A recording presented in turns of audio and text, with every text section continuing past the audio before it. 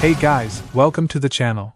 As you see in the thumbnail, what if Naruto got married with females Sasuke and Mikoto? Before I start, please do support for more awesome content, and subscribe my channel and like this video. Go support and follow the G3R man for writing that awesome fanfic, and also make sure to comment on this story. Link in the description. Uchiha Compound, Day of the Massacre. Sasuke. It's time for school. A mother called for her young daughter to come downstairs and go to school, the Ninja Academy of Konoha. The woman's name was Mikoto Uchiha, and she was a Jonin of the Hidden Leaf. As her last name suggested, she was indeed a member of the elite clan of the Uchiha. Made famous by the Sharingan eye that could manifest from the blood of the clan members, the Uchiha were a powerful addition to Konoha's populace. Lately though, Mikoto has noticed that the clan had been segregated and shut out of more and more dealings that had to do with the village, and it concerned her. Then there is Itachi. He has been acting so strangely.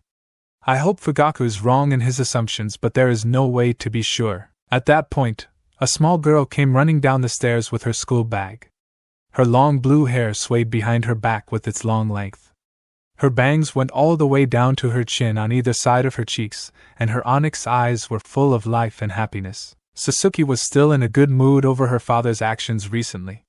He had given her a test to see if she had matured enough to become a true Uchiha, and she had passed. She had learned the fireball technique in just 1 week, something her father had been genuinely impressed by. Her mother even told her that they always talk about how well she has been doing when they are alone. She was finally getting acknowledgement over Itachi. Hey mom! I'm going to school. I'll be home a little late since I plan on training after school.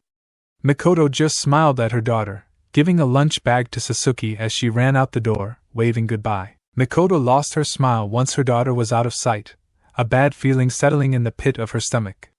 She eyed Itachi's room from the kitchen. A suspicious glare settled on her features, and the fully matured, three-tomoed Sharingan eyes manifested from her onyx orbs. Mother, is something wrong? Mikoto's eyes widened and she cancelled the Sharingan, turning to her side to face Itachi, her son. He was looking at her with what appeared to be genuine confusion, and she felt a bit embarrassed over her emotions. Even if he was a suspicious and an introverted person, he was still her son, and she smiled at Itachi. No, nothing is wrong, Itachi. I was just thinking about something a bit too much, that's all. Itachi kept his eyes on her for a second before shrugging and walking outside, heading towards the Uchiha training grounds. I'm going out to train, goodbye mother.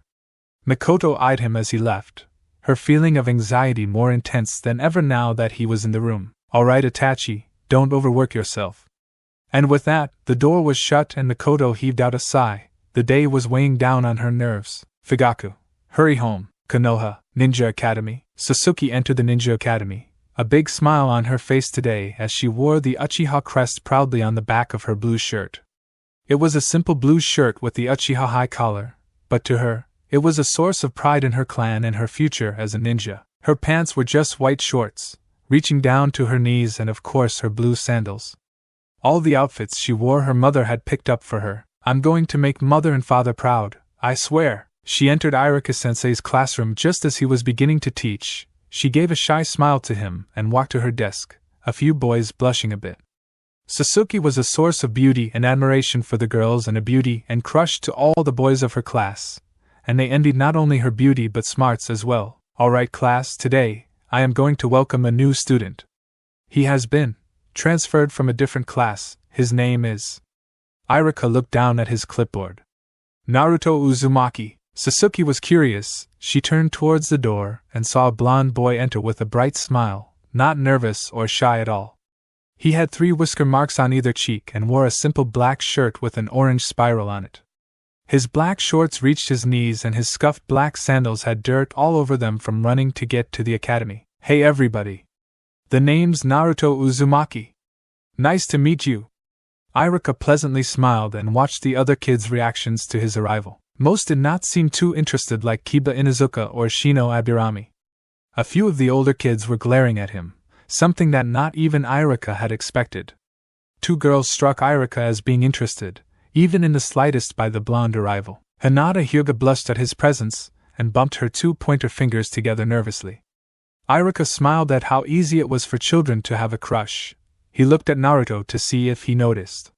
The boy apparently didn't notice at all as he just stood there at the door, smiling as big as he could. The other girl Iruka had spied was none other than Sasuke Uchiha. Contrary to the other boys within her class, it appeared Naruto had something they didn't. Not to say she was blushing like the shy Hyuga, but her eyes did not seem to want to leave him. "Alright Naruto, let's find you a seat." Everyone began to scramble around, either trying to stop the Uzumaki from sitting by them or trying to make room. Iruka just shook his head at their silly antics and waited for them to be done. Upon the end of the sudden musical chair game, Iruka saw about what he had expected to see. The only seat available was right next to Sasuke. He chuckled a bit. The girl just glared at any boy who would try and sit with her, and they didn't want to risk her wrath. "Naruto, how about you sit next to Sasuke? I'm sure you both will get along just fine." Naruto turned to the teacher in surprise and then looked up at the girl he was supposed to sit by. She was eyeing him curiously, as if he was the prey and she the predator. Naruto gulped. He had no experience talking with a girl, so he wasn't feeling so confident. He walked up the steps, ignoring the glares he received from the boys of the class. They were nothing like the glares he received from the adults. They are only angry at me because I'm sitting next to a cute girl. The adults hate me, plain and simple. Sasuke watched as the new boy sat down and smiled at him, a gesture not lost on the blonde. "Hello, my name is Sasuke Uchiha. I hope we get along just fine." Naruto's eyes widened in surprise before he too gained a smile. "Yeah, I hope so too." Iruka waited for the boy to get settled in before he began to teach the class on a lesson on the past Hokage. "Alright class, today we are going to learn a little history." A resounding sigh echoed around the room as Iruka said history, making him realize how much they found it boring. Now, history is important.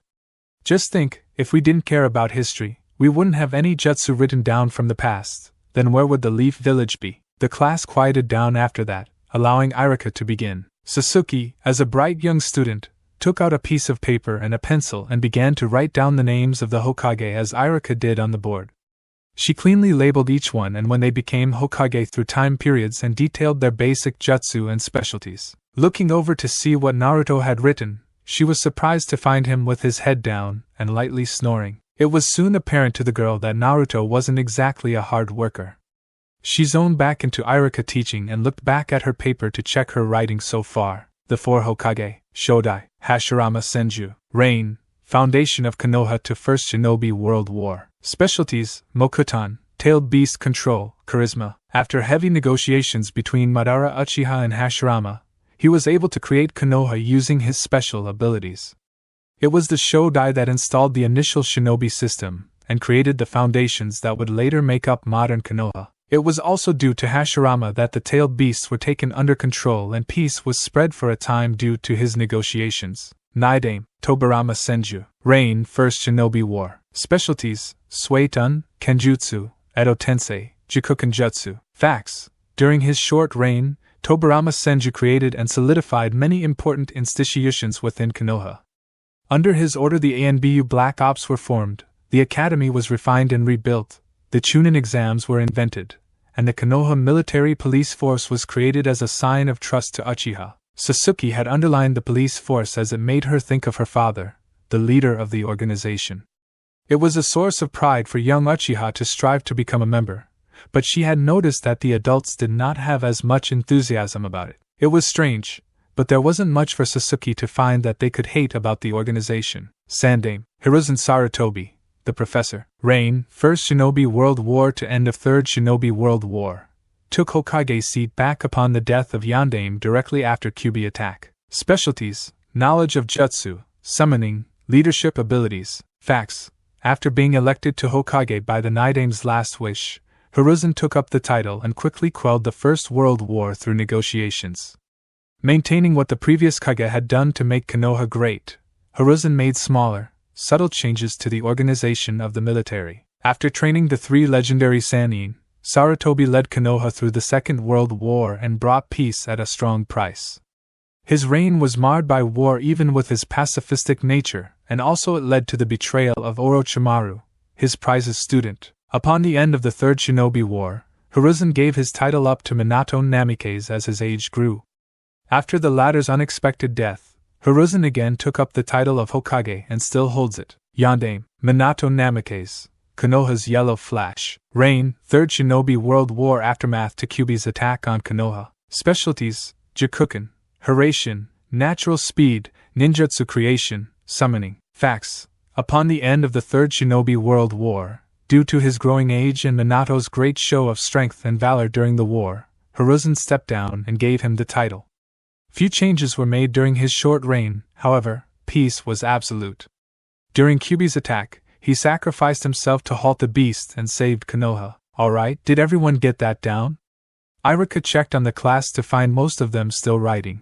His eyes caught onto Sasuke to find that she was already done. His eyes then moved to Naruto, and he frowned to see him sleeping.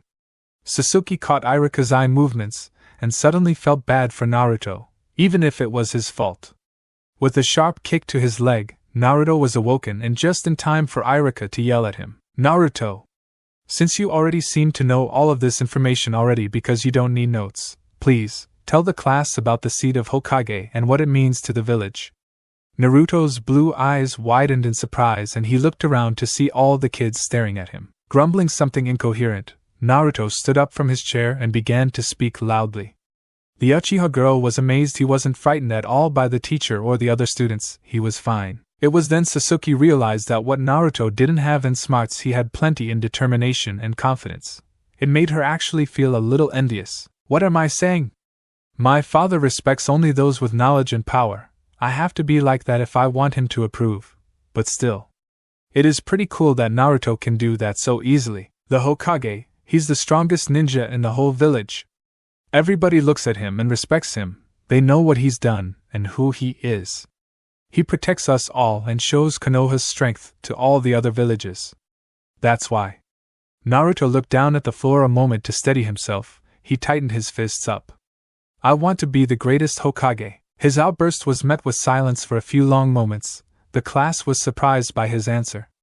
Iruka at first hadn't really taken the boy seriously, but he was glad to see the kid had some dreams after all. The class began to laugh out loud, save for a few who either didn't care or looked at Naruto with pity that his dreams wouldn't come true. Sasuke didn't laugh, but she was too surprised by his response to say anything. Naruto just sat back down and looked at his desk, ignoring the response he had expected from the others. Even if no one believed in him, he would find a way to become Hokage. He would make people see him and respect him. It made him sad to think that so many didn't care about his dream. But he knew that someday he would show them all who he really was and what he could do. I'll show them. I'll become the greatest Hokage, Naruto thought as he waited for Iruka to calm the class and continue with the lesson. Quiet down! Iruka waited for them to stop laughing before he turned to Naruto. Thank you, Naruto. Your answer was right and your goal is admirable. Just try to pay a little more attention next time to the lesson and I won't have to call on you, alright? The blonde boy just nodded a little and Iruka sighed in acceptance. Alright, now let's continue with the lesson. Iruka began to speak again as he wrote words onto the board from the textbook, and the children listened. Sasuke still couldn't take her eyes off of Naruto. He fascinated her. He was different from the other boys and girls she had met. There was something about him that just made her want to know him better. It radiated from him, from his bright smile and welcoming demeanor to just the way he spoke with confidence. Sasuke wanted to get to know Naruto better, and she hoped she would get the chance to in the future. Konohagakure, Hokage's home, meeting room. We can't do this, it isn't right. We have run out of time and you know it, Sarutobi. This must be done so that Konoha can avert civil war. Yes, Hiruzen, have you already forgotten the Kyuubi attack? Do you remember what it cost us? I would rather not experience it again. But he's just a boy, we can't place such a traumatizing burden on his shoulders. Give me more time to speak with Fugaku. We can't do this to him. It's alright, Hokage-sama, I'll do it. Hiruzen snapped his head back towards the so far quiet Itachi Uchiha. The elders had been arguing with him about what to do with the Uchiha, while the boy just watched. But Itachi, you can't really mean it.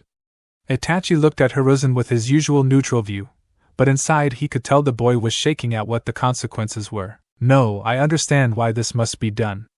I've been feeding you information to keep the peace, but my father wishes to escalate things to open conflict. I don't want that to happen, so I will do what I must to save Konoha. Clapping was heard and all 4 occupants of the room looked to see Danzo enter the room with a smile on his face. Itachi instinctively cringed and Hiruzen frowned at the sight of his old comrade. What do you want, Danzo? This is a private meeting between myself and Itachi, you shouldn't be here. The man took up a spot leaning on the wall nearby Itachi, just looking at the assembled group. I was here as one of Itachi's superior officers within ANBU. I wanted to speak with him on a similar subject to this. It seems as though the elders have already done it for me though, they share my views. The Uchiha cannot be trusted, Sarutobi, you must realize that. Itachi is in a perfect position to do this mission, but he must not remain in Konoha afterward, he will have to leave. Itachi looked at the man and then back at Hiruzen. I already have a plan for when I have to leave. I will still protect Konoha even after my departure. I only have 2 requests to make, and I also would like to ask that the elders leave for the second one. I wish only to speak with the Hokage of it. Hiruzen was intrigued by the offer while the other 3 frowned at the boy as he made such demands. As members of the Hokage's council, we will not sit out of such an impo. Hamura was stopped mid-sentence by Hiruzen's raised hand and a silent glare sent towards him. You will respect this boy's wishes, he is doing your dirty work, the least you can do is allow his requests to be heard the way he wishes. Hamura growled and sat back, impatiently gazing at Itachi for him to begin. Well, child. Begin with your requests. Koharu demanded, also tired of all the business surrounding the Uchiha. I wish for permission to allow my sister, Sasuke Uchiha, to live. I also ask that I be allowed, in connection with allowing my sister to live, allowing my mother to live as well. Hiruzen's eyes widened and the counselors on either side of him gritted their teeth and glared at Itachi. No! Not a single one must be left if we wish to avoid war. How can you say you are willing to destroy your entire family when you wish to spare those 2? Quiet! Hiruzen demanded from the bickering elders, leading him to have a chance to speak with Itachi. Go ahead, Itachi. I want an explanation as to why you want those 2 to live. Silently Hiruzen was smirking in his mind. He was glad to hear Itachi was willing to spare those close to him. You see, I love my younger sister just as any brother would.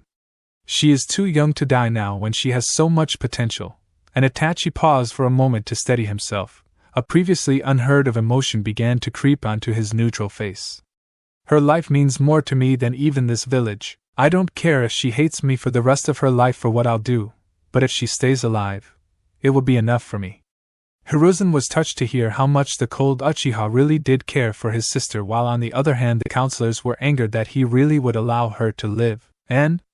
Why should we allow your mother to live when she will just rise to matriarch status of the Uchiha? Itachi glared at Danzo for his question as he said it with a foreshadowing tone. My mother doesn't have the influence nor the will to instigate a second rebellion, nor would she be able to if the other Uchiha are dead. My real reason of keeping her alive is my sister. The elder shinobi were surprised at this. Did everything relate back to Sasuke? If my sister idolizes my father, and sees me as a rival, she truly loves my mother more than anything. If I was to take Mikoto away from her, she would be broken inside. Sarutobi concurred with this. The girl most likely felt more love and favor from her mother than Fugaku, and it would make a larger impact if he were to kill Mikoto. I see. And seeing as how you didn't have to ask for permission to do this, you want something to go along with this? Itachi nodded to Hiruzen's question. He had indeed brought it up at the meeting for a specific reason. Yes, I want you to promise me you'll protect them. I know you elders, I know that you will try and manipulate my mother and sister into propagating the clan into loyal Sharingan users. Koharu and Hamura recoiled slightly as the boy hit the nail right on the head. Danzo made no obvious move to show surprise. I can only trust you with this, Hokage-sama. Keep them safe from influence, and let them live the life they choose. Otherwise, I will reveal what has happened to Konoha and the world, bringing all 3 of you to fraud. Hiruzen made a puff of smoke on his pipe as he thought it over.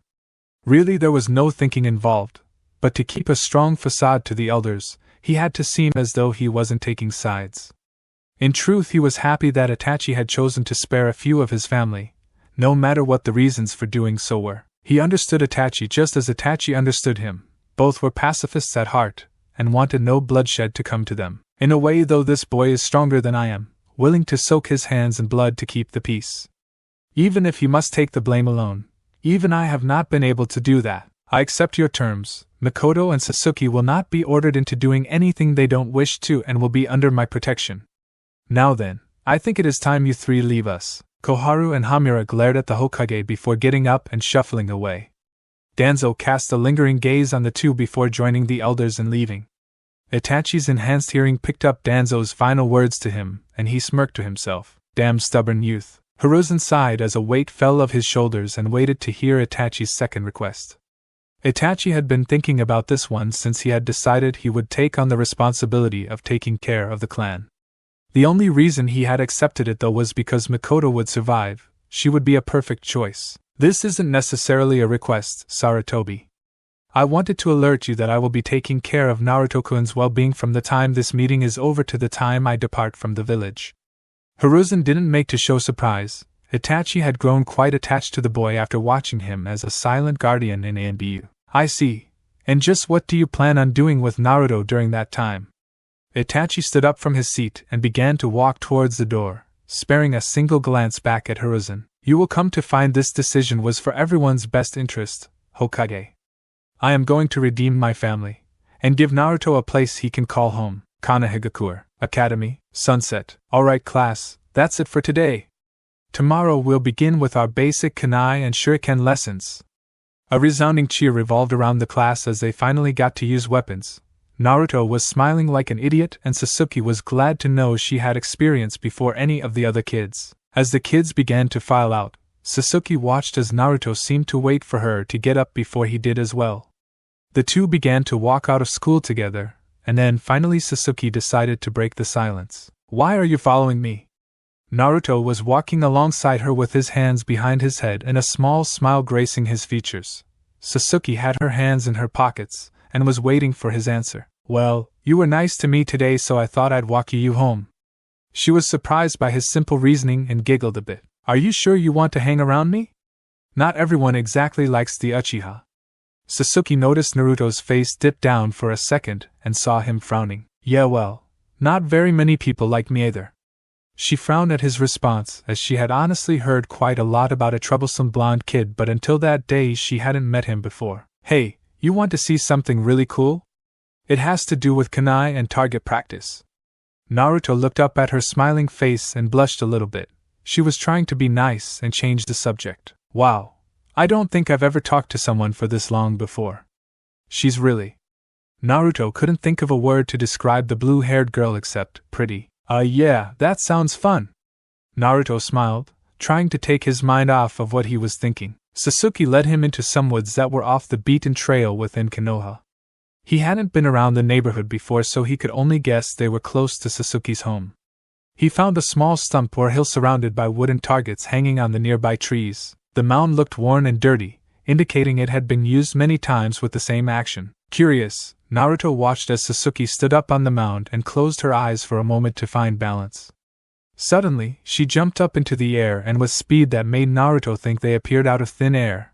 Kunai were within her hands in a second and she began to twist in the air. Each throw or flick of the hand meant a target had been hit, and Naruto was mesmerized not only by the show of skill but by the girl doing it.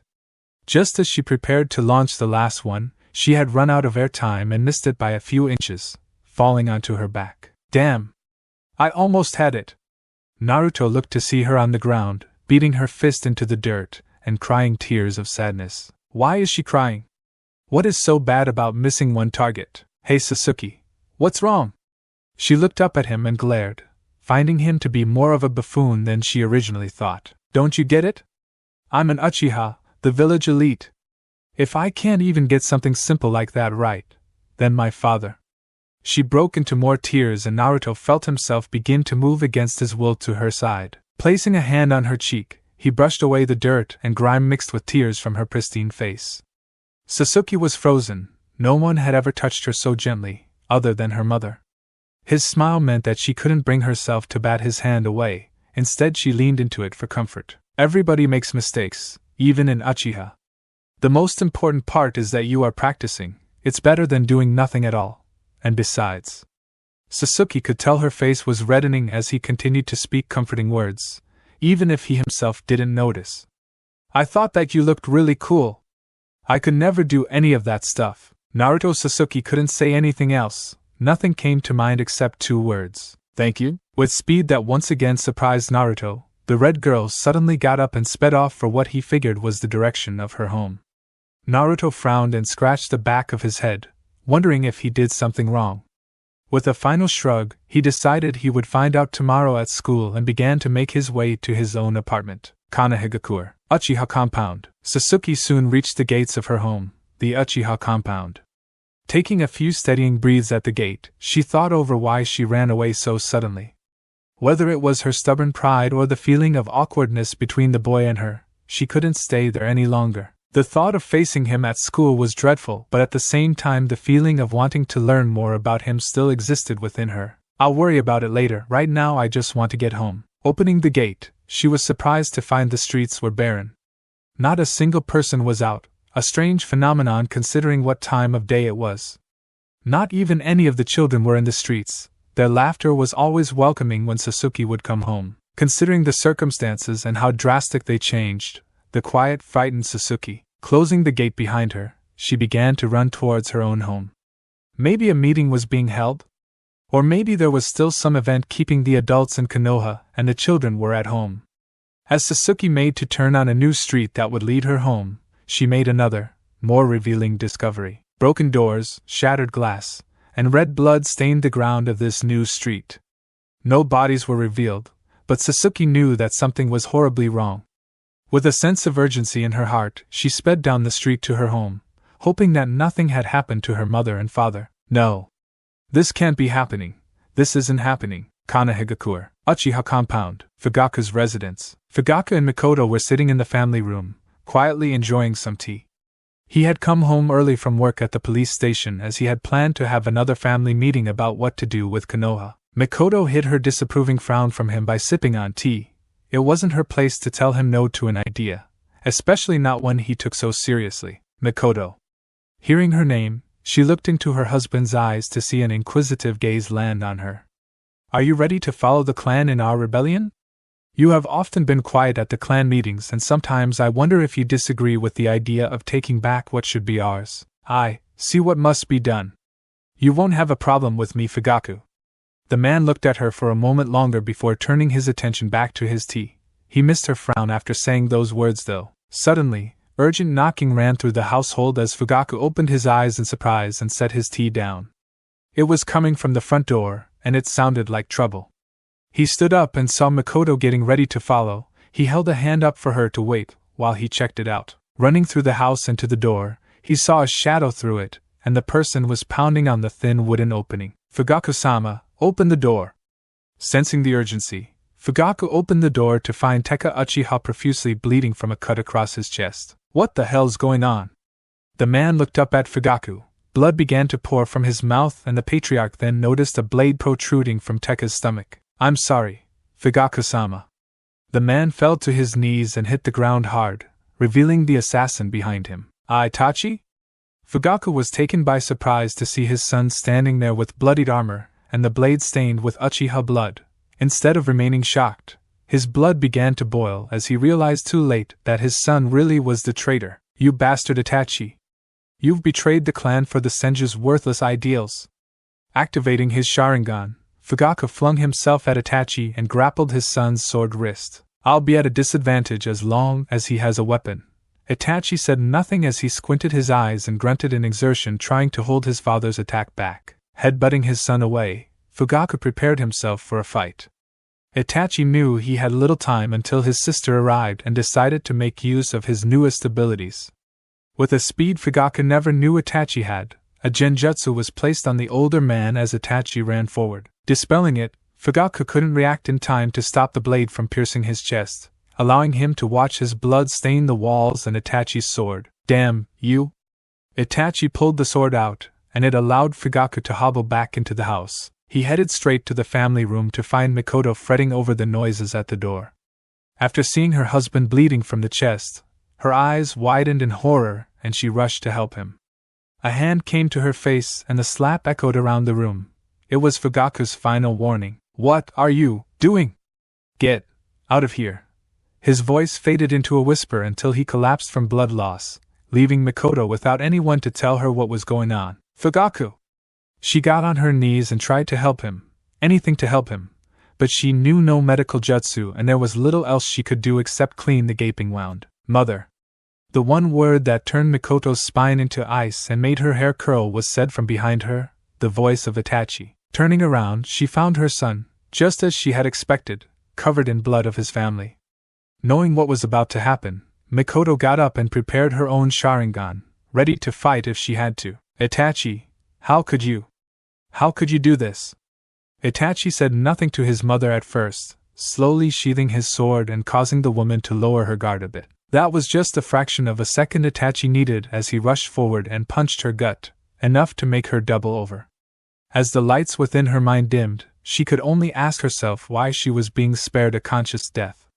Itachi then began to speak, and she finally realized why. There is still much for you and Sasuke to do, mother, so I won't kill you.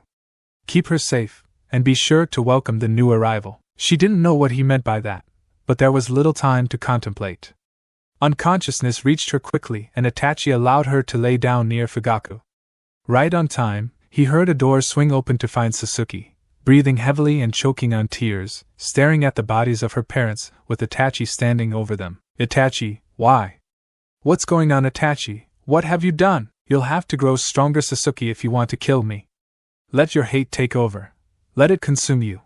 Only then will you ever be able to kill me.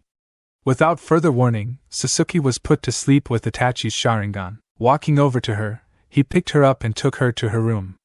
With it being the last time he would see his sister for so long, he wiped away her tears and brushed her hair a bit. Leaning down, he had her forehead and covered her up with her blanket, careful to watch for bloodstains he might leave. Goodbye, Sasuke. Within a moment he was gone, out through her open window, leaving a broken Uchiha compound and 2 heartbroken girls behind. As soon as Itachi left, he was assailed by a man with a swirl mask. Itachi glared at the sight of having to see Madara again. To keep the peace, he allowed Madara to help him finish off the clan, but it appeared as though the man had decided to stick around a little longer. Why did you even bother, Itachi?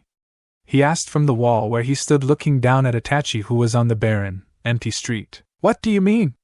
Itachi asked, and Madara just chuckled and pointed in the direction of his old home. Why did you spare them?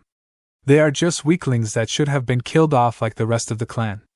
Itachi glared at him and disappeared, reappearing to stand next to Madara but facing in the opposite direction. Because love surpasses any form of hate. With love, anyone can be redeemed. Madara watched as Itachi left, and he thought over what the boy said. So that's your plan, Itachi? You did seem like a bright one when I first met you, but now I see you are just a fool. It wasn't long before he left as well, leaving Konoha for what would be a long time. He had to worry about his new organization rather than some petty form of revenge. It was all for his ambitions. Kanehigakure, Naruto's apartment. Today was pretty cool. I got to meet a cute girl, a new class, and the teacher doesn't hate me yet.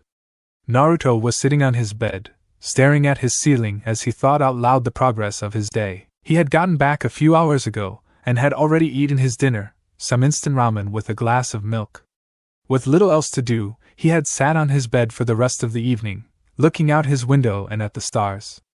Maybe there was a chance he would find a friend after all. He had to have friends if he wanted to be strong. Yawning, Naruto realized that it was late, and he should probably get to bed. He got up and turned off the fan light, and quickly hopped back into bed. Just as he was getting settled, a familiar knocking rang at his window, and he looked excitedly to see Itachi waving at him with a smile. Hey Naruto-kun, mind letting me in? Naruto threw the bed covers off and quickly let the young Uchiha in, allowing the now cleaned up Itachi to step into his room. I see you're getting ready for bed, but I have a surprise that just can't wait. Naruto got out of bed and went over to Itachi where he was kneeling down to be at Naruto's level. What is it, Itachi and I? You didn't go and get me more ramen, did you? Itachi chuckled and shook his head, rubbing Naruto's hair playfully. It was much better than ramen. No. I was able to find you a family. Naruto's smile immediately dropped, and was replaced with a gaping maw of surprise. A family? What did you say? He asked, not quite believing what Itachi said. The older boy decided to play around with Naruto and repeated it. I found you a family that was more than willing to take you in. All you have to do is give them this note when you meet them. Itachi handed Naruto a small note, and saw him about to unfold it. He lightly slapped the blonde's hands. No, only they can read it. Naruto looked at Itachi and nodded, still in shock to do anything else. But why?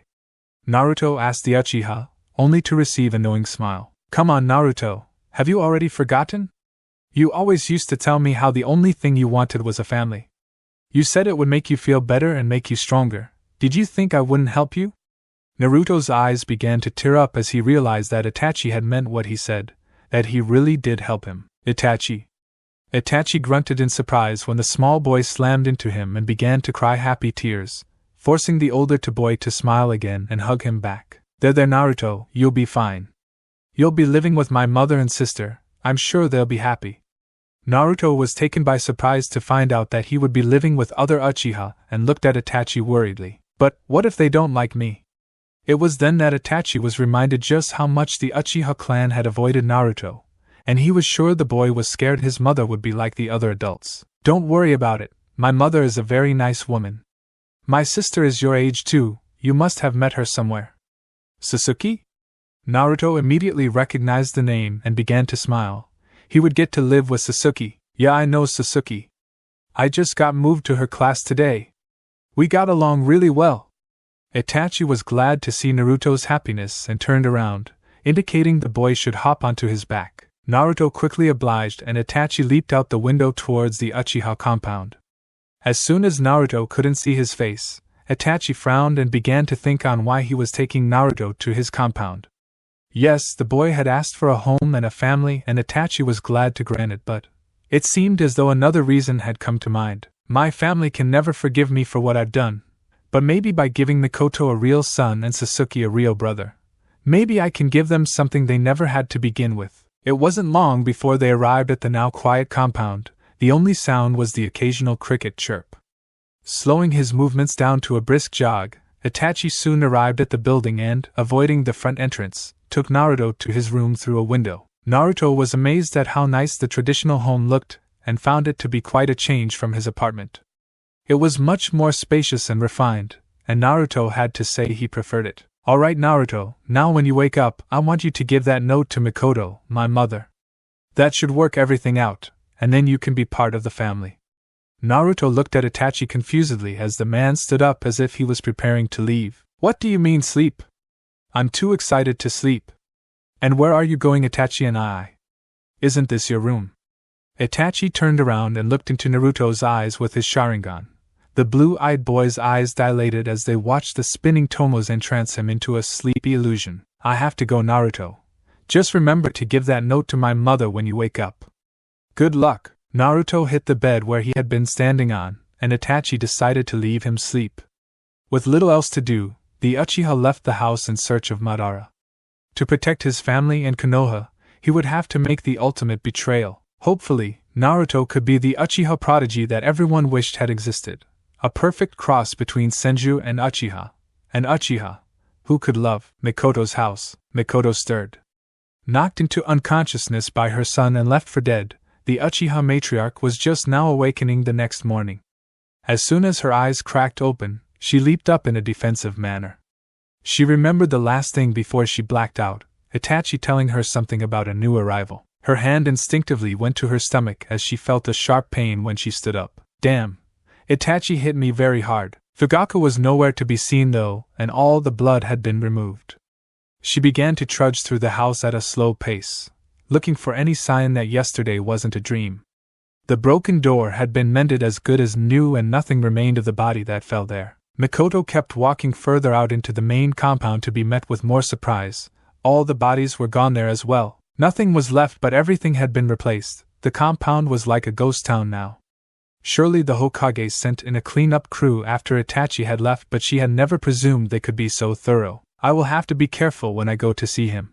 No telling why he allowed me to be spared. Suddenly, the thought of her daughter alone at home chilled her. This was not a time where she could feel safe in her own compound. Betraying the nature of her wounded body, Mikoto ran back home and straight to Sasuke's room. There she found her little girl sleeping, albeit with tears flowing from her eyes. She must have been having a nightmare. Mikoto thought it best to let her sleep a while she went into town to see the Hokage. Inside her room there was a Jonin flak jacket with ninja tools she could wear back from her active duty days. Then, she thought against it. If the Hokage planned to kill her, he would have allowed Itachi to do so last night. This situation just gets stranger and stranger. But I have to make sure things will be okay for Sasuke.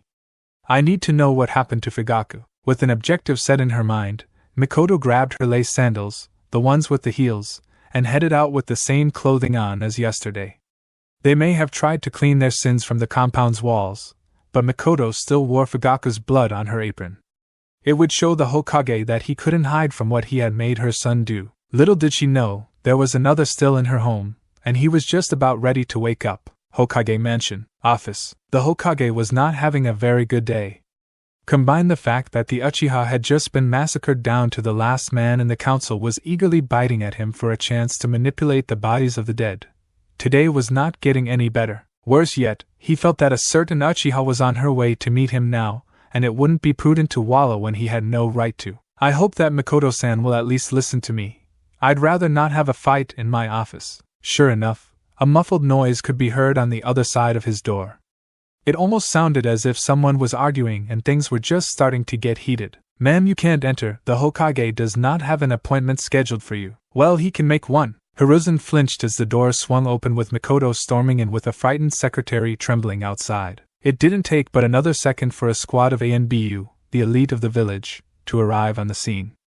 If there was a disturbance anywhere near the Hokage, it was their duty to handle it with more often than not deadly force. They surrounded Mikoto and had their katanas drawn, all pointed somewhere on her body that would be lethal should she decide to resist. Mikoto activated her Sharingan and glared at the masked faces, daring them to go further.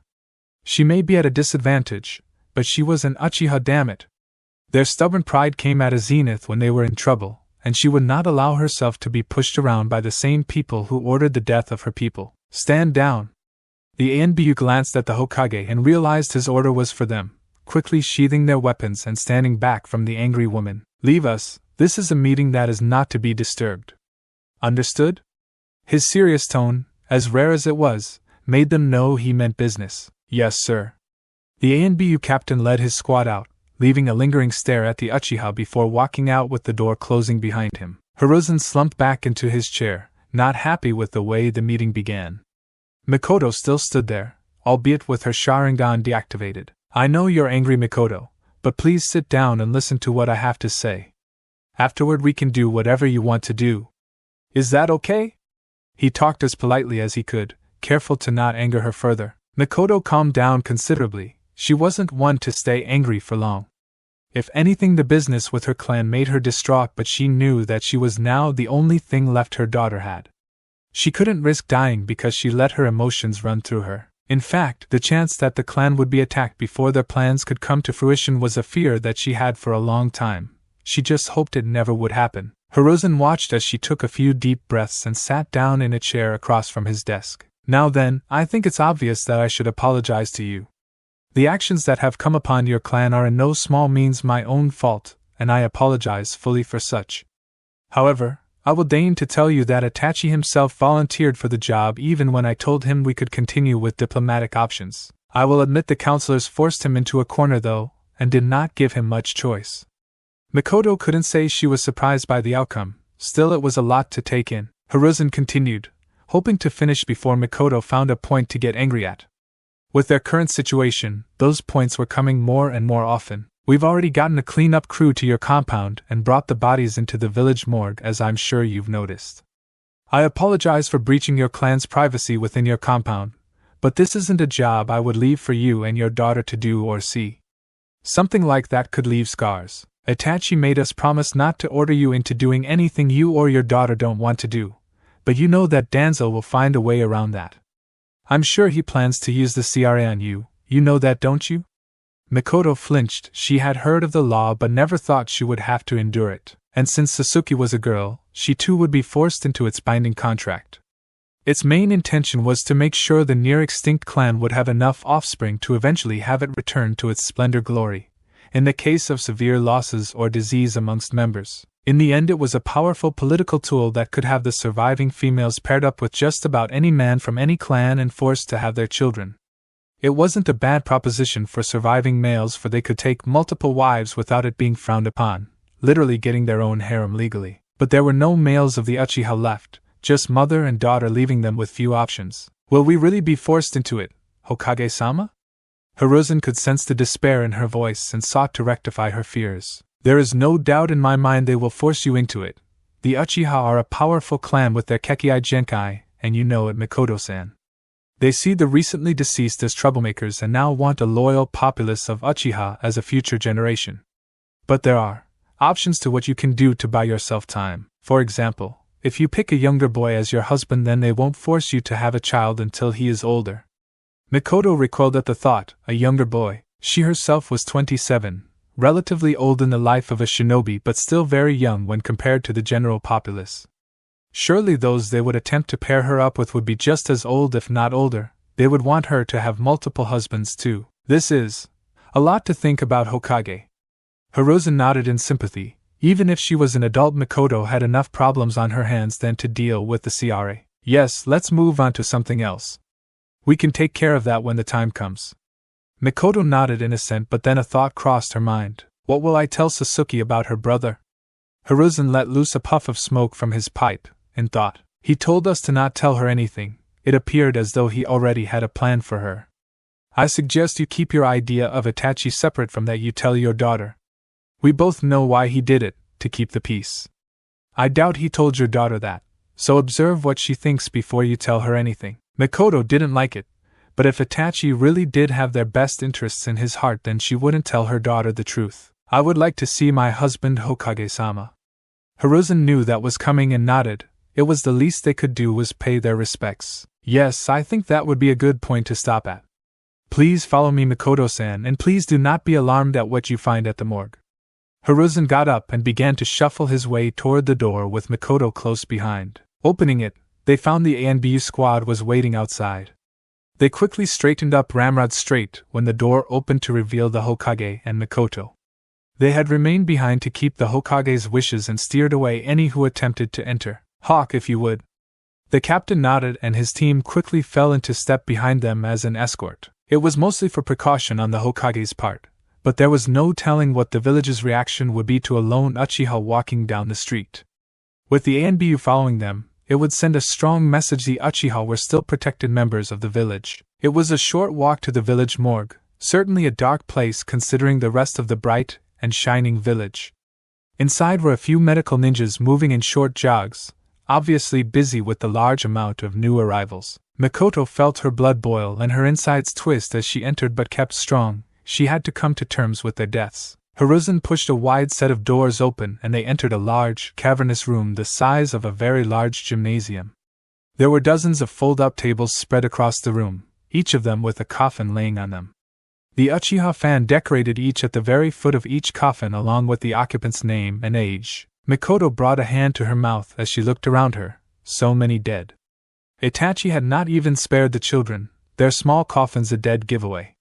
Mikoto wandered through the pathways looking at each name, and remembering a face, a conversation, a memory of her life with them. Her parents, her friends, and then her husband were all eventually found. Hiruzen saw her stop at a particular casket, and walked over. It was her late husband, Fugaku Uchiha, the mastermind behind the Uchiha rebellion, and killed by his own son. Mikoto ran a hand over the wood covering him, thinking back to their times together. They were meant to be married from the start. She was the child of the original clan head while he was one of the strongest Uchiha to be born at the time. His proficiency with the Sharingan and his existing skills led the elders to put them together for a stronger breeding stock. She hadn't minded too much, already being told of her fate long ago by her mother. Fugaku was never husband material to her though. It seemed as though it was all business and matter of course for him. Of course he would breed with Mikoto and of course he would raise their kids to be strong Uchiha. There was little love in their relationship, but Mikoto had tried. In the end she failed and became the loyal housewife, but even then that did not give her what she wanted in a relationship, love. She was thankful when she had a daughter after Itachi. It gave her someone to pamper while Fugaku stole Itachi away and turned him into something that was not her son. There was no way she would have allowed him to do the same to Sasuke, even if it meant going against his wishes. Luckily, it didn't come to that as Itachi made sure he was dead before Fugaku could take any real interest in her. But even with their differences, Mikoto had been promised to Fugaku since she was 15. It was hard to let go with so much time together with him, but she would be able to do so. Maybe if she got to take a look at his face then she could. Mikoto made to open the casket, but a gentle grip over her hand stopped her. She looked and saw Hiruzen gripping her hand and shaking his head. Mikoto-san, you don't want to see him as he is now. He was avoiding something, she could tell. What do you mean? Before Hiruzen could answer, Mikoto lifted the casket open and she gasped out loud. What is the meaning of this? Hiruzen sighed and could tell exactly what she was talking about. There was Fugaku in the usual garb that Konoha buried shinobi in, save that his had the Uchiha fan on the shoulders. The blood had been cleaned from his skin and the wound in his chest covered by cloth and sealed. Everything seemed just right, except of course his lack of eyes. The eyes that Mikoto had known for more than a decade were now gone.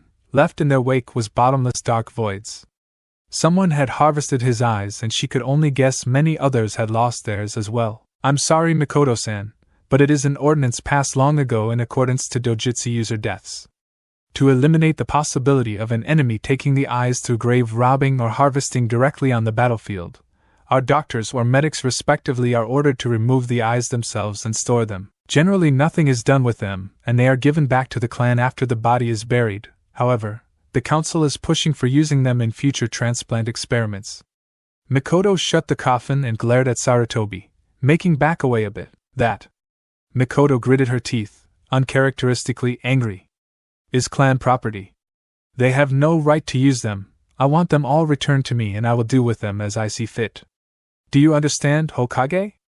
Hiruzen pondered for a moment but nodded. It was her clan and her say what to do with them. I'll let them know and do what I can to have them returned to you immediately. I apologize for the inconvenience this caused you, Mikoto-san. Not that I want to change the subject hastily either, but... Mikoto calmed and looked at him curiously. What of your daughter? You should probably go to her and be there if she isn't already up. Mikoto agreed. She hadn't planned on being with the Hokage this long.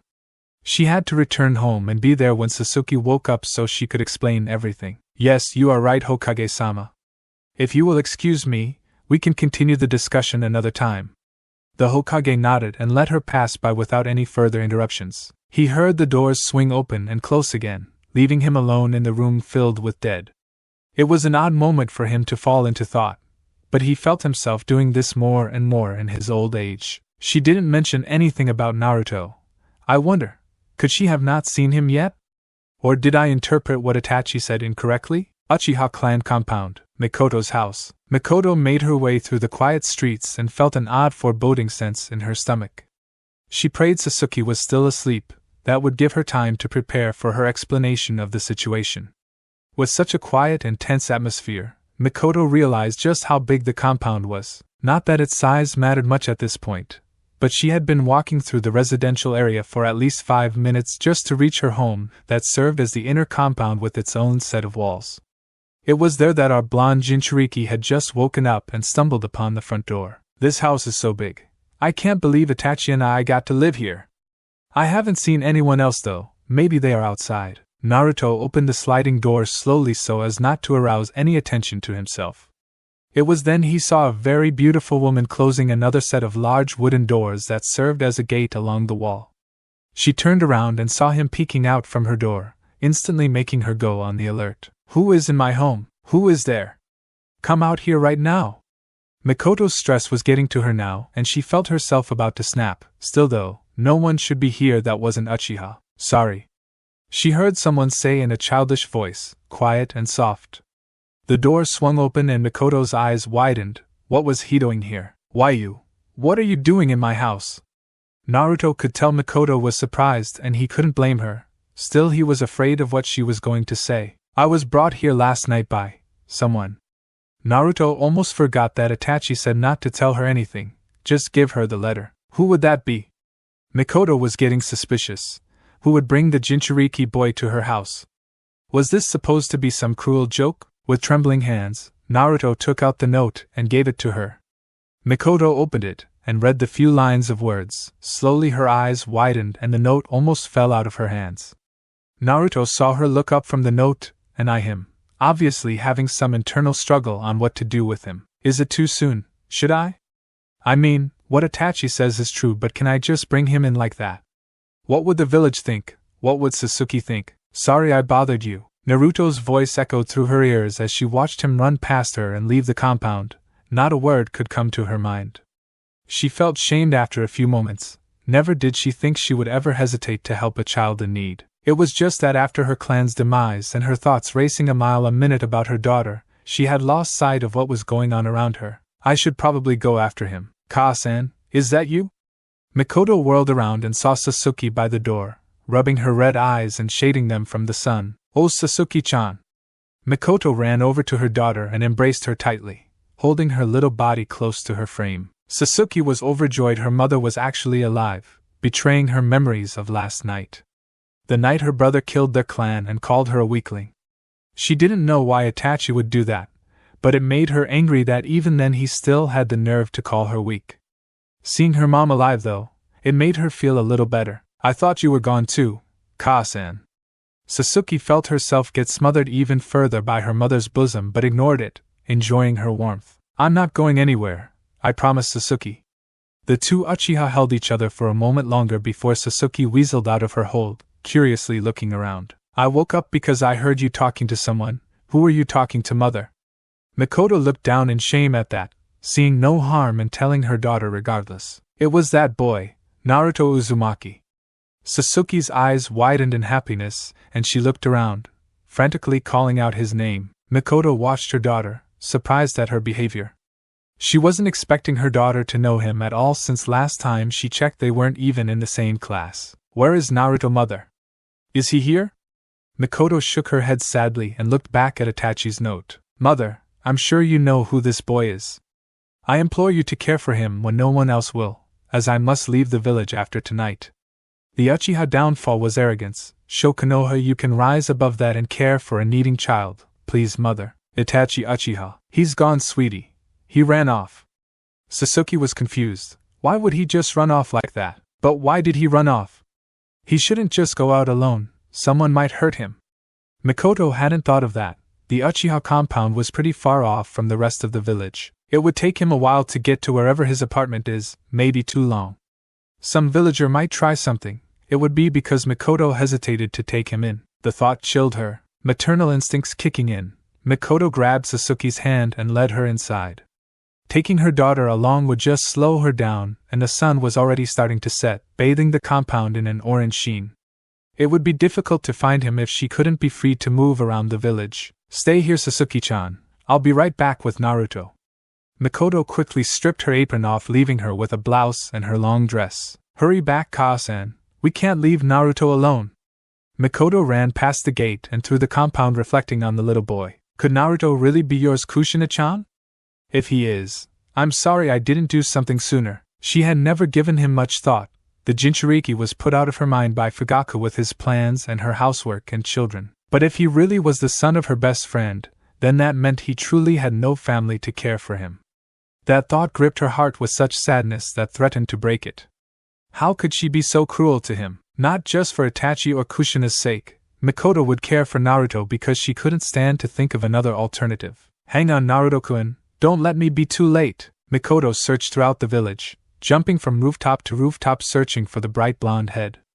Alleyways, restaurants, and even the hot springs were on her list of destinations, but she could not find him anywhere. It was then she saw the school and decided to check there as well. Konoha's Ninja Academy. There he was, Mikoto thought in triumph. Naruto was idly swinging on a wooden swing underneath a tree in front of the academy.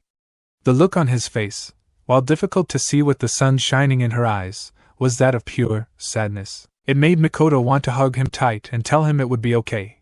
But she wasn't sure if Naruto would appreciate that after their first meeting. He might not be happy to see me. Mikoto steeled herself with a look of determination.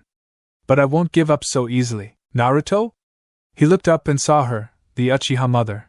His eyes sunk again. She probably wanted to yell at him for being in her home uninvited, but he felt too depressed to stay and listen. Sorry, I was just leaving to go back home. Naruto slumped off of the swing and started walking away from her, in the opposite direction she came. Mikoto watched him shuffle off and she couldn't wait any longer, so she stepped forward and spoke with her motherly voice. Where are you going, Naruto-kun?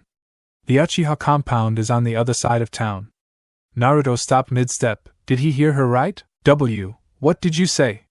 Mikoto walked up to him. As he slowly turned around to look into her sweet onyx orbs, she bent down and gave him a big smile. I said you are coming home with me, aren't you, Naruto?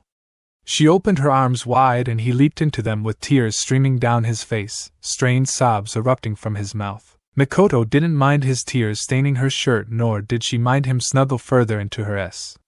She just knelt there, holding him and rubbing his back like a mother should. Come on, Naruto. Let's go. The Uchiha picked him up and held him tight as she began to make her way back home with her prize. At least one good thing happened for us today, she thought with a smile. The new addition to the Uchiha was a cute one, at least with those whiskers. Like bringing home a puppy. Uchiha compound, dining room. After Naruto came home with Mikoto, Sasuke had cheered up quickly. It was a welcome change to her crying in her sleep earlier, and it almost felt like nothing had happened to the Uchiha previous to that night, almost. The quiet house was now filled with laughter, as the children got reacquainted with each other, this time as brother and sister instead of classmates. They sat in the dining room, or family room as Fugaku called it when they had their meetings. Those days were the quietest. The house had never felt more tense when he would speak of the coup. But that was over now. Instead, she had two children that lit up the house and made it happy, at least for one night. Alright, you two calm down, I need to speak with Naruto. Mikoto chided, getting them to calm themselves as they sat next to each other across from her. Naruto-kun, do you understand what it means to be a part of our family? You will be an Uchiha. Do you know what that means? Naruto thought a little while about it, wondering if it was a trick question. Sasuke laughed at his thinking face as if he was about to explode. It means I'm going to be really strong and I get to live with Sasuke and Mikoto-chan all day, he shouted in enthusiasm, getting a giggle from the girl and a smile from the mother. Well, that might be part of it, but power isn't everything. You have to be nice and sweet too. We haven't had any of that in this house for a while. Naruto nodded enthusiastically. I'm always happy and I try to be nice to everyone. I just thought I didn't have to mention it.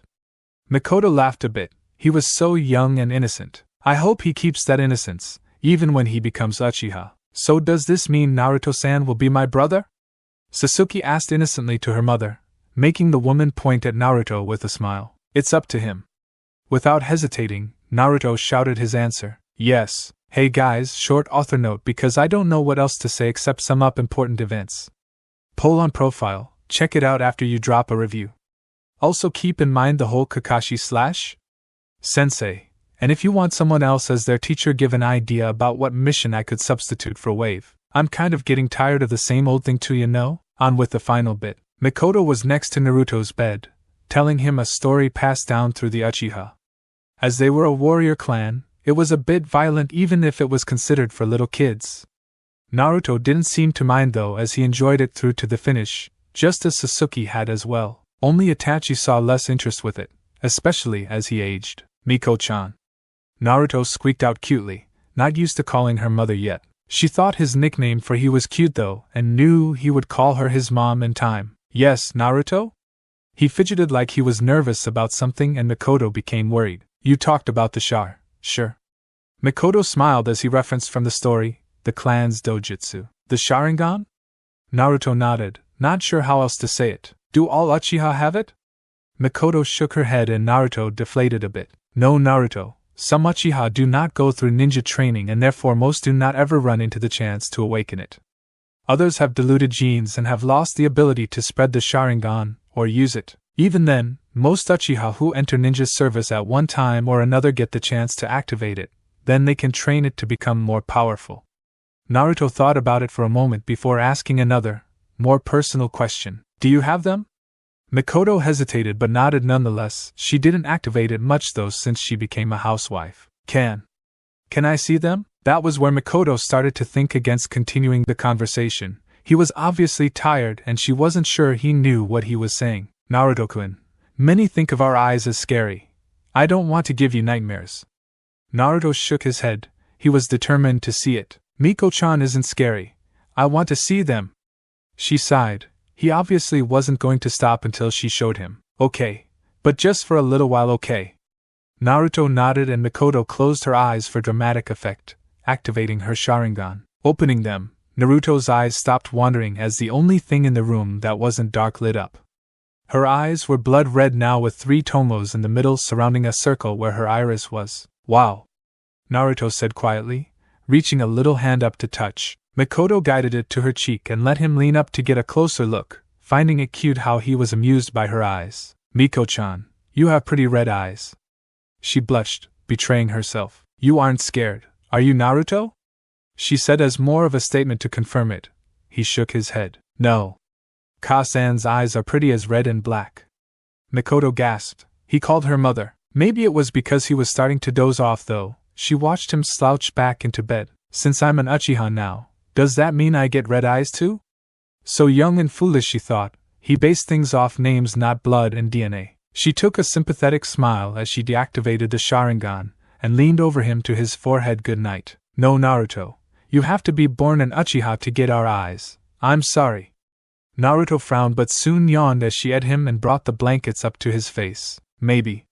His voice grew to a whisper as he began to drift into his dreams. There is another way. For me to get eyes like Ka-san. Mikoto's eyes widened. Would he go that far? No, she told herself. It was just his dreams. Mikoto's house. Mikoto was in the kitchen preparing a meal for the two children in her care before they went off to school. All had woken up early so they could have family talk of sorts, and they were waiting patiently in the family room for her to come out. The Uchiha mother had placed her bloody apron away and adopted more presentable outfit under her cooking apron, a tight red sweater with a pair of blue pants and her lace sandals. Not worthy of combat, but good enough for a meeting with the elders. That was something she had the pleasure of experiencing today as well, she thought with a scowl. A messenger had told her of a scheduled meeting between the surviving Uchiha matriarch and the village council. The title they gave her surely was a sad attempt of ing up to her to give them an edge in negotiations. It would do them little good though, because all they would be discussing is the Uchiha's future in Konoha. What little to discuss there was. I won't let them take advantage of my Sasuke, even if it means sacrificing my own future. Mikoto thought with a grimace. They would surely go for the younger Uchiha while she was still able to be influenced over her mother's own terms if she had to guess as well. There was also the case of Itachi, the last remaining male Uchiha, and her son. Where did he leave Konoha for? Why hadn't the village sent hunter Nins after him already? There was something odd about how nonchalant they were about him leaving, even if it was their orders that led him to do so. That was something she would bring up at the meeting as well. There was no one in Konoha she could trust, not even the Hokage. No matter how noble and honest he was with her, Mikoto knew that a part of him totally agreed with the outcome that came from the destruction of her clan. Even a part of her knew that Konoha would be in dire straits if the Uchiha had been allowed to continue with their plans. The Uchiha were her clan though, there was no doubt which side she was loyal to, and the council had to know that. That was why they were going to try and control her now. She could hear their laughter from the other room. Those two were the only ones she could trust. That meant she would do whatever it took to protect them. Ka-san, hurry up. Sasuke's voice rang through the thin sliding doors, and Mikoto looked back at her cooking to see it was done. Fish with some rice and soup, a quick and light breakfast. It's coming, you too. With expertise rivaling a waitress, Mikoto entered the family room with all three of their meals to set down on the small table. Naruto and Sasuke sat next to each other as usual, and Mikoto sat across from them, eating their food in relative silence. They were still getting used to one another, and how they acted.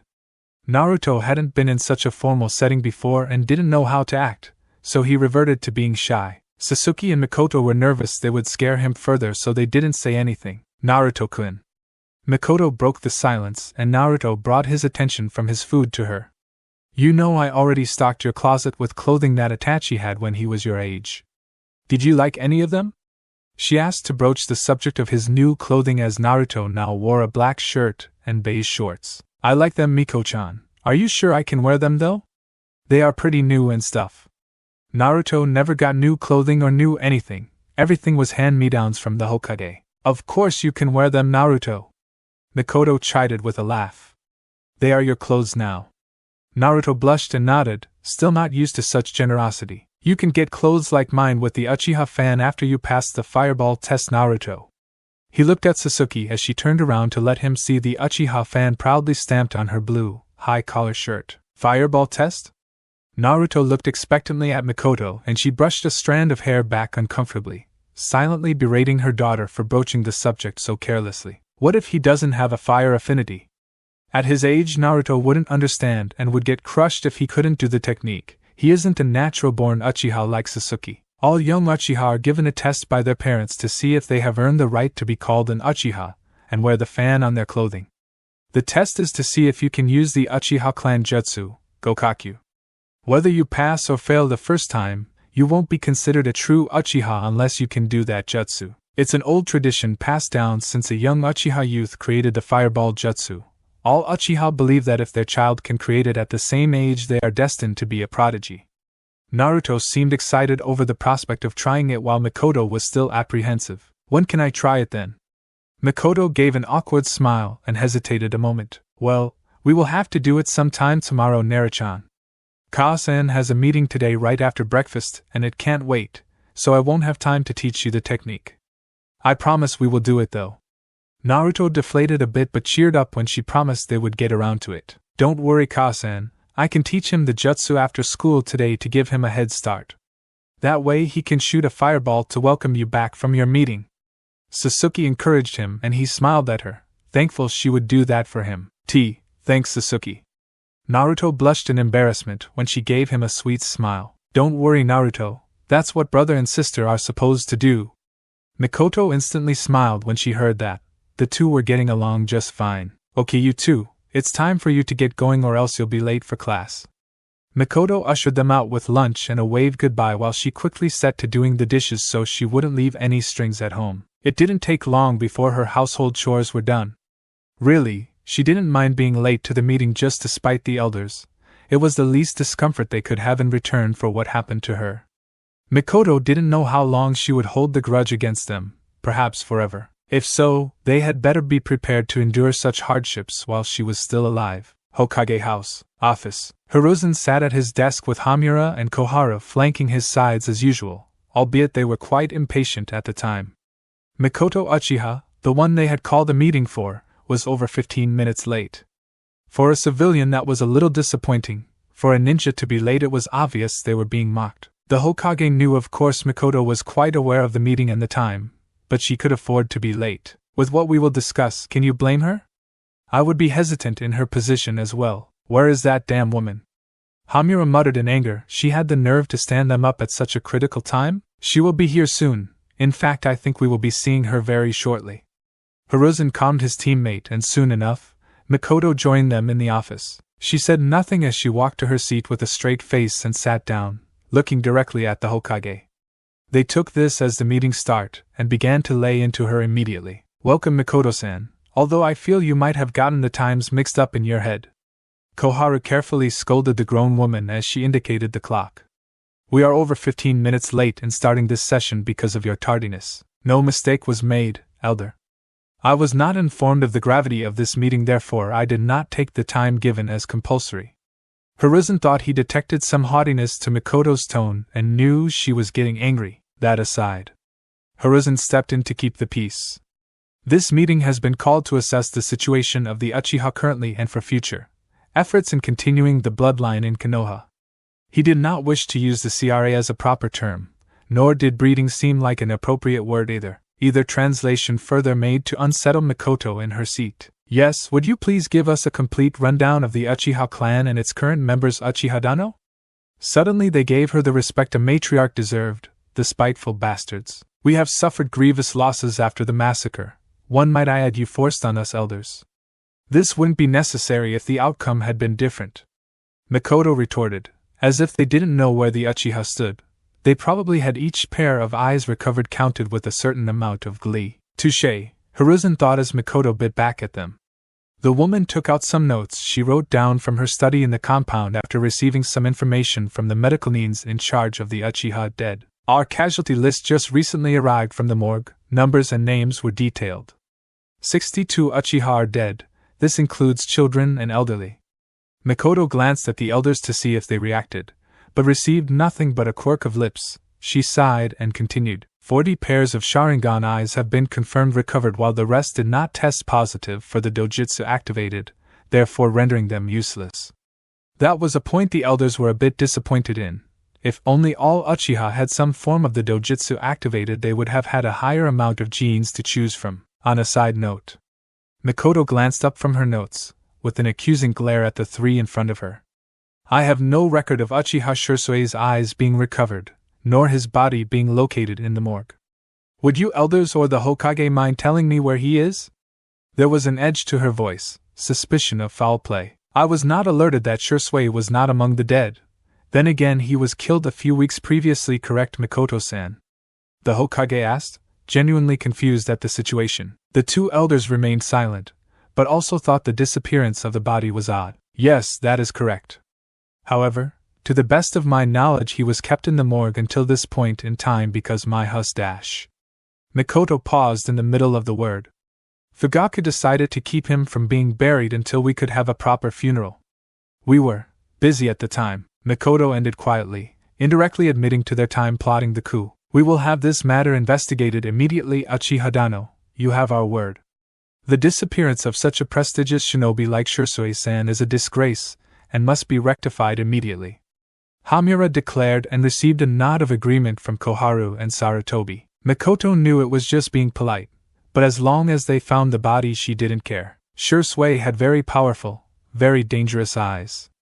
If someone stole his body to use for themselves, that will cause trouble later on. Moving on, what, in your opinion, is the Uchiha's current status, Uchiha Dano? Koharu progressed the meeting after a moment of awkward silence when they were left to their own thoughts. There isn't much of a clan left, elder. There is myself, the matriarch, along with my children. Our compound is in perfect shape though, and our clan archive remains untouched. We have the facilities for more clansmen, but for now we have no way of getting back our former strength. At this, the elder's attitude turned from neutral to devious, and Mikoto and Hiruzen both knew where it was going. We have found a way to rectify the problem, Uchiha Dano. When a clan is in dire straits, the Clan Restoration Act is placed upon their family until the size of the clan is well enough to sustain itself without such emergency measures. May we presume you know of what it details? Hamura stated with hidden excitement, and Mikoto resisted the urge to vomit, giving a shrug instead. Enlighten me of the procedure, elder. He was hoping she would say something like that. While this usually only pertains to the males of the clan, in such an unfortunate case as the Uchiha are and we only have females left, that means we must be extremely careful with the breeding pairs we give you to make sure your clan has the best chance of continuing with the Sharingan and any other positive genes we can get from the father. Hiruzen listened as his teammate explained the act to the woman, silently hoping Mikoto would not overreact as he had warned her beforehand. While you may begin breeding immediately, Uchiha Dano, your daughter will have to wait. However, not one to be unprepared, Koharu now continued the explanation. We can still set up her future partners for when she turns the healthy childbearing age of 16, she will be fully prepared to continue the Uchiha line. Of course, there will be time for you to rest between births, and we will take care of any help you may need in caring for them while you are busy fulfilling the CRA. Mikoto found the thought disgusting, forcing them to have multiple partners and not even getting to take care of their children afterward. The elders must have been out of their minds if they thought she would allow this. Unfortunately, she could not just be allowed to do nothing when the Uchiha, and more importantly the Sharingan, meant so much to Konoha's military strength. Whether she liked the idea or not, Mikoto would be forced into having someone's children much sooner than she would care to. But, if there was a chance to spare Sasuke, at least until she found the right one, Mikoto would find a loophole. Before we continue, elders, at least let me speak my mind on the subject, as this is my body and my daughters that we are talking about. I will not allow myself, but more so my daughter, to be forced into a pairing where there is no relationship, only duty. I have been in a relationship like that for the past 12 years and I did not like the experience. The elders had hoped she would remain quiet and docile, but of course she would speak her mind to them. Uchiha Dano, you must understand it's a difficult balance between your feelings on the matter and the duty to the village and your clan to continue. Mikoto's glare cut the elder off and let her have the floor again. I will decide how far my loyalty to the village goes, and I damn well know my duty to my clan. My daughter and I will most likely have children in our futures. However, it will be with someone we wish to have children with and not yours. Just as the elders were thinking of a smart retort, Danzo decided to make his presence known. Uchiha-san, you should know such a weak excuse will not allow you to escape the CRA so easily. Mikoto twisted in her seat to see Danzo shuffle in and look at her with a thinly opened eye, like a constant glare. Sympathy is not my strong point, so excuse me for not feeling too much over your past experience. Your past husband failed as a Konoha shinobi and as a lover, but that doesn't. Mikoto had kicked over her chair as she stood up in pure outrage over his accusation. Danzo. What is the meaning of this? You were not to come. Sarutobi did not like his old comrade's entrance already and hoped to cut it short. I'm sorry, Sarutobi, but I cannot allow this woman to jeopardize the future of a great bloodline because she allows her feelings to get in the way of the village's best interest. Now, Uchiha-san, if you want to leave this meeting without even stricter restraints on your clan and your daughter, I highly suggest you give us a name for you and your daughter's future husband or husbands if you do so choose. Mikoto flinched and realized he had backed her into a corner. It was true, Danzo and the elders could make the Uchiha have an even worse time in Konoha than they were now. Even worse, an accident could befall her, leaving her unable to care for Sasuke and Naruto, and leave them for the Vulture Council. Danzo enjoyed seeing the woman deflate as she realized just what power he held. He only came because he knew the elders would fail in persuading her. The woman was stubborn and was thinking with her heart when she should think with her head. How can you expect me to have an answer to such a question so quickly? Mikoto was at a loss for words. What was she to say in response to that? It was a life-changing decision who you would marry and have children with, definitely not one that could be made in a few moments. Danzo, your interruption has disrupted this meeting. I should adjourn it right now for your disrespect of this council and the Uchiha. But it is true that Mikoto-san must make a decision. I need to speak with her in private for a moment. Hiruzen looked at his two teammates and inclined his neck toward the door. Elders, please excuse yourselves for a few minutes. Koharu and Hamura were flabbergasted, too shocked to say anything in response as they slowly shuffled out.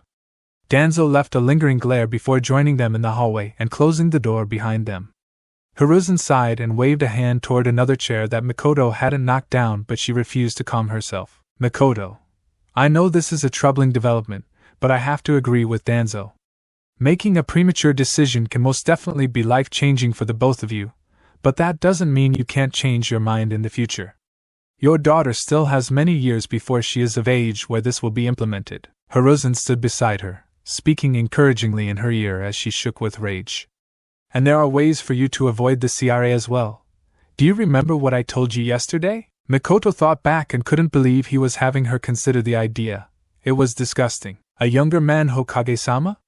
How can you ask me to choose a boy where I am twice his age? How will he even take it knowing he is to breed with a total stranger?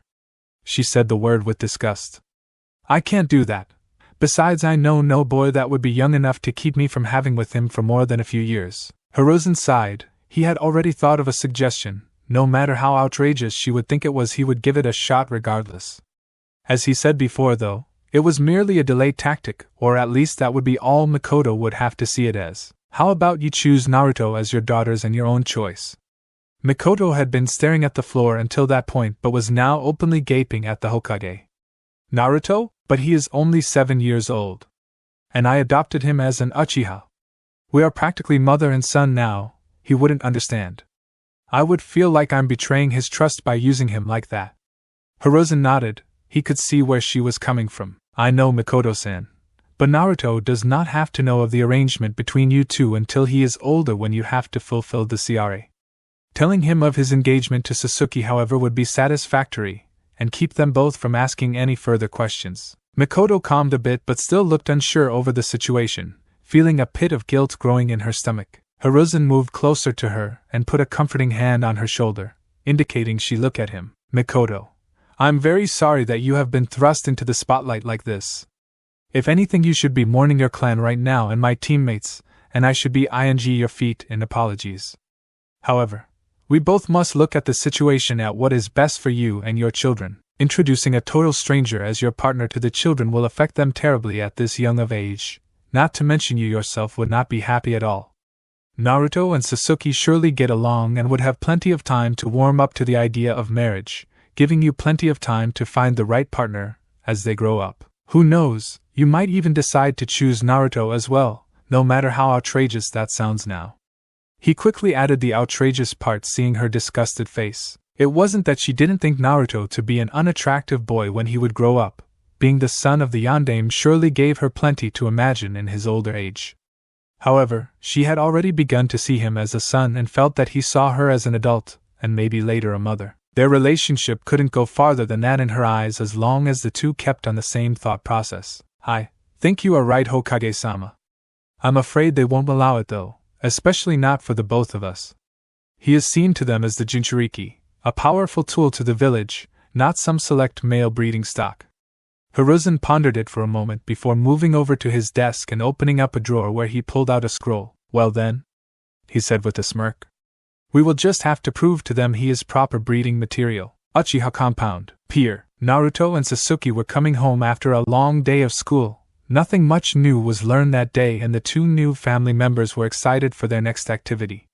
Sasuke was leading him through the compound to the pier. Her father took her to take the initiation test herself.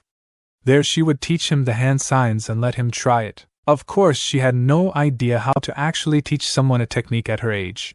For Uchiha the fire affinity usually came quite naturally, and didn't take much effort for such a simple jutsu to be formed. Naruto was a wild card in the subject though. There was no telling if he could even manipulate fire, let alone control his chakra for it. The day was sunny, as usual for the warm fire country. Even though she knew it had no real effect on fire jutsu, Sasuke always liked to think that the sun gave her luck with her initiation test. Maybe Naruto would get that luck too. Come on Naruto, it's over here. Sasuke ran ahead of Naruto as he did his best to keep up. He had plenty of energy, but she seemed to be bursting at the seams. Wait up Sasuke-chan. I can't run that fast. She ignored him and ran ahead, coming to a stop at the mouth of the pier on the small lake on the edge of the compound. It was then her excited smile gave way to a small frown. This was one of the only fond memories she had of her father. It was here she pulled him along to see her successful fireball, and where he had shown her a smile, one that was directed to her with pride. He had never done that before with her, not even with her good grades. He always saved them for Itachi. Sasuke had her mother for praise and smiles, but she still wanted approval from her father. Because he reserved his only for when he was truly impressed, that was why it made such an impact on her. And now, he was dead, killed by the man who he poured all his pride and love into. Sasuke felt so vulnerable at that moment, she didn't even realize a few tears had fallen from her eyes. Naruto had finally caught up with the girl to see she was just standing there, not saying anything. Since she was staring at the pier, her back was toward him, keeping him from seeing her tears. Naruto saw her shake a bit, and went over to see what was wrong, confused at her sudden change. Sasuke, are you okay? This woke the girl up and she quickly brushed her cheeks free of the tears. No need to worry Naruto with my problems. He's dead now anyway. Itachi is out of my reach too. Right now I just have to care for Naruto and Kaa-san. Yeah. Sasuke replied, coughing a bit to quiet the flutter in her voice. I'm fine Naruto. Come on, I'll show you the hand signs now. Naruto kept staring at her for a second but then shrugged in ignorance. Absolute zero ability in reading emotions. Sasuke went through the hand signs once slowly for Naruto to see, giving him a chance to practice with just the movements. Then, going through them with a practiced speed and ease, Sasuke created a small fireball that extended some amount over the water from the pier. Naruto watched the fire blow in the wind with a trance as it raced from Sasuke's mouth, and then dissipated back to its point of origin. Okay Naruto, you try. What followed for 2 full hours was Naruto's attempt at channeling his overwhelming amounts of chakra into a fireball. Unfortunately, his body just could not get a handle on the manipulation of the chakra, let alone infusing it with a nature affinity he might not have had. Naruto felt it was a bad start to training, but Sasuke took it especially hard as she thought it was her fault. Sorry Naruto-kun. Sasuke teared up a bit as she apologized to the confused Naruto. I must be a terrible sensei if I couldn't help you learn a jutsu so simple like this. Maybe Iruka-sensei could. Naruto cut her off with a hug that shocked her into quiet. That's not it Sasuke-chan, I'm sure with more practice I can get it. You are a great teacher, I like listening to you a lot more than Iruka-sensei. Not to mention you're prettier than him. Sasuke blushed at his comment, even if Naruto was ignorantly comparing her cuteness to a guy. I'll take what I can get. Thank you Naruto. How about we go home for today and try again tomorrow? I bet Kaa-san is back from her meeting by now anyway. We should welcome her. Naruto agreed and the two set off for home, feeling better than when they arrived. Mikoto's house, family room. Mikoto waited for the children to arrive, however, she was too lost in her own thoughts to hear the door open and shut with childish laughter and the pitter-patter of feet on wood to notice the arrival of her children. She had just promised her daughter and herself to a 7-year-old boy who was the outcast of the village. Was that not crossing some line? What would her friend Kushina say to her marrying her son? You go girl! Shows Sochi-kun how a cougar does it. Mikoto blushed. Better she not think of it. Still though, the prospect of morality wasn't the only thing that concerned her. The council's demands were strict and binding to the contractiare. They would have no choice to follow if they wanted any semblance of freedom in the village. To protect her children, she would have had to have taken this course of action, which is why she did so. The elders were at first outraged at the thought of us marrying Naruto, but with Hiruzen's quick thinking and persuasive tactics allowed them to think they had all bases covered. In a way they do though, no matter what will happen with my choices, they will get Uchiha children. Still though, at least Sasuke may be happy with the choice. Kaa-san! Naruto and Sasuke tackled the woman as she sat there in a trance, waking her up from her inner thoughts. The family shared a laugh as they lay on the cold floor, just staring at the ceiling in a moment of closeness. Mikoto glanced at the two and noticed how they seemed happy, so oblivious to the world of problems that surrounded them. Better it stay that way though, she thought. What was a child without blissful ignorance? It was their right after all. How was school today, you two? Mikoto asked and got the usual grumbles, even from Sasuke. It looked like Naruto's enthusiasm for school was rubbing off on her honor student. We will be learning about chakra manipulation and nature elements next though, mother, so maybe Naruto can do the initiation afterward. Mikoto was reminded of Naruto's initiation by that remark and made to ask how it went. I didn't pass, Kaa-san, Naruto said quietly as he looked up at her with disappointed eyes. But I will keep trying so I can be a real Uchiha, like you said. I want to be with you guys. Mikoto smiled as she felt him hug her tighter and rubbed his back in comfort. You already are with us, Naruto-kun. Don't feel pressured into completing the technique. Since you are going to learn about it anyway, I'll tell you about nature chakra now. The 5 basic elements are water, earth, wind, fire, and lightning. Each person has at least one affinity and can train themselves to harness more, but there is no guarantee of one particular element. Mikoto lectured them in a professional, motherly tone on the subject as it wasn't something academy students could grasp easily without first-hand knowledge. Naruto, natural-born Uchiha generally always have a fire affinity, meaning they can use fire techniques without any intensive training. You come from the Uzumaki though, a very well-known clan that used water as a primary affinity.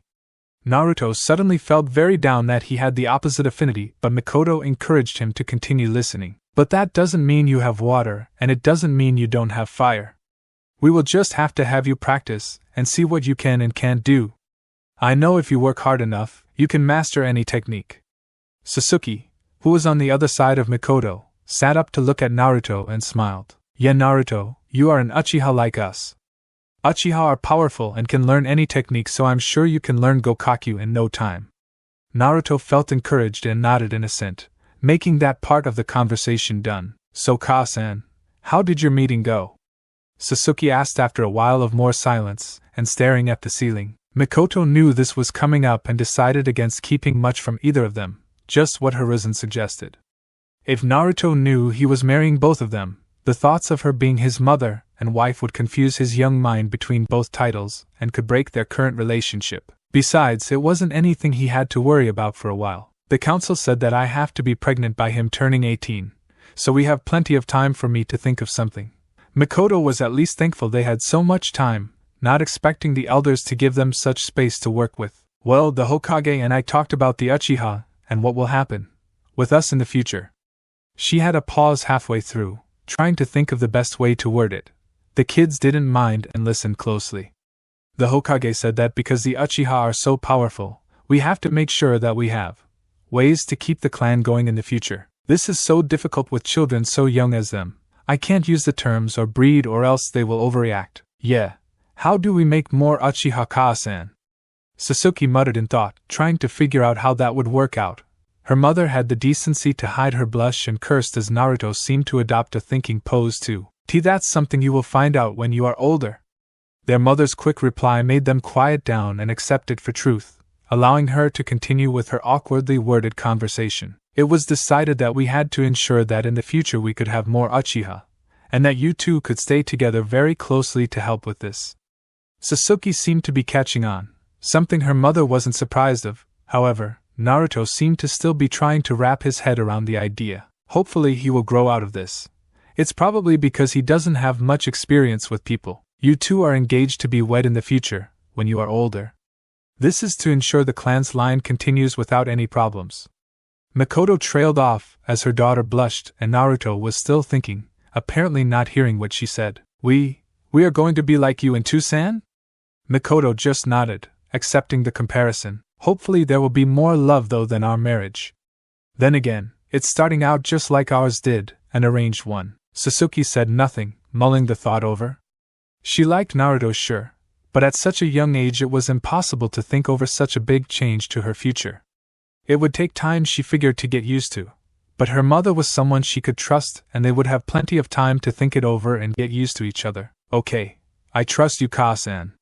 Mikoto smiled and gave her daughter a small hug as Naruto was still sitting up, thinking over what she had said. So, the two turned to him, figuring he had arrived at a conclusion finally.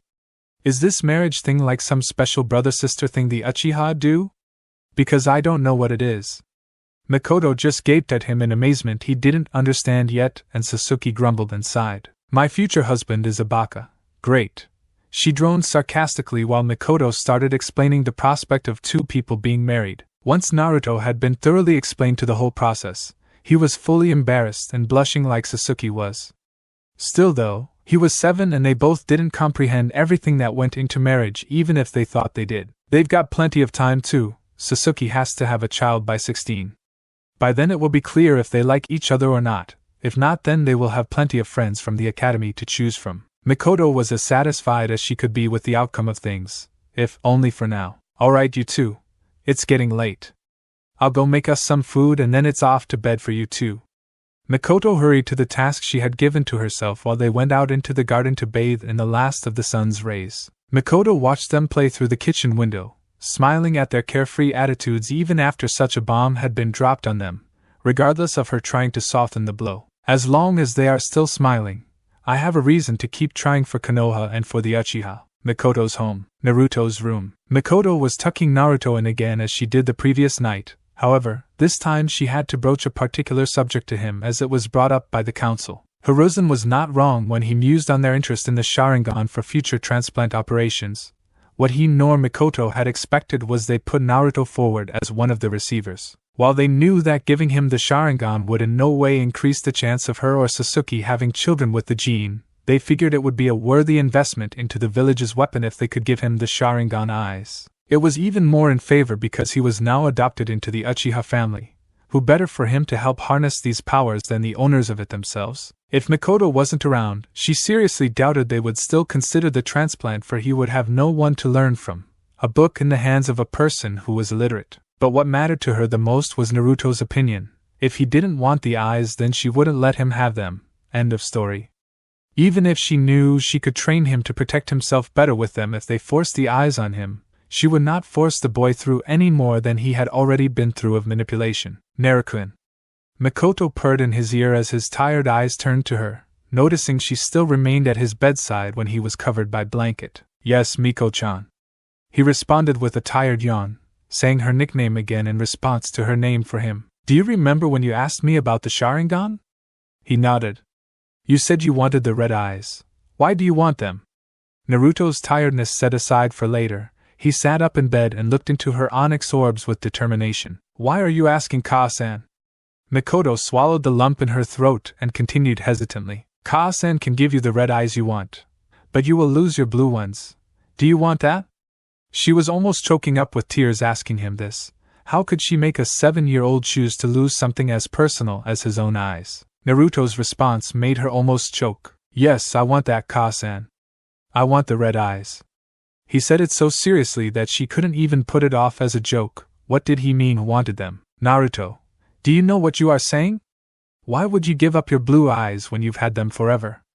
Naruto looked down at his blanket and gripped it tightly with his hands, knuckles turning white. I want to be strong enough to protect Ka-san and Sasuke, just like Itachi and I said to. Mikoto flinched at her son's name but was surprised Naruto cared that much to protect them when they had only known each other for a few days. If I can be strong with the red eyes, Naruto said with emotion choking up his throat too as he began to cry. I will lose my blue ones if I can protect you, Miko-chan. She couldn't help but feel warm at his vow to protect her, even if it came from a 7-year-old. Naruto, why would you go so far for us? We have only been together for a few days. How can you feel so strongly about protecting the Uchiha? Naruto looked at her. His sniffling stopped, and his voice cleared so she could hear his reason that she still reflected on far into the future. Because the Uchiha gave me a chance. You and Sasuke gave me love, and that is something I will die for to keep intact. Mikoto began to cry and hugged her son, thankful that he was so passionate about love, something that had been missing from their family for so long. That was why she wasn't uncomfortable at all when she called Naruto her son. Thank you, Sochi-kun. I love you very, very much. Naruto wrapped his tiny arms around her and snuggled into her bosom, crying, I love you too, Kaa-chan. He was a bit muffled by her shirt, but Mikoto heard it and only hugged him tighter. The Uchiha were for the first time a family with love. Thanks for watching this video. You really enjoy this video. Like, subscribe, and comment down below, and turn on that bell notification. Don't forget to support and follow G3rman for writing that awesome fanfic, and also make sure to comment on this story, link in the description. See you in the next video. Goodbye.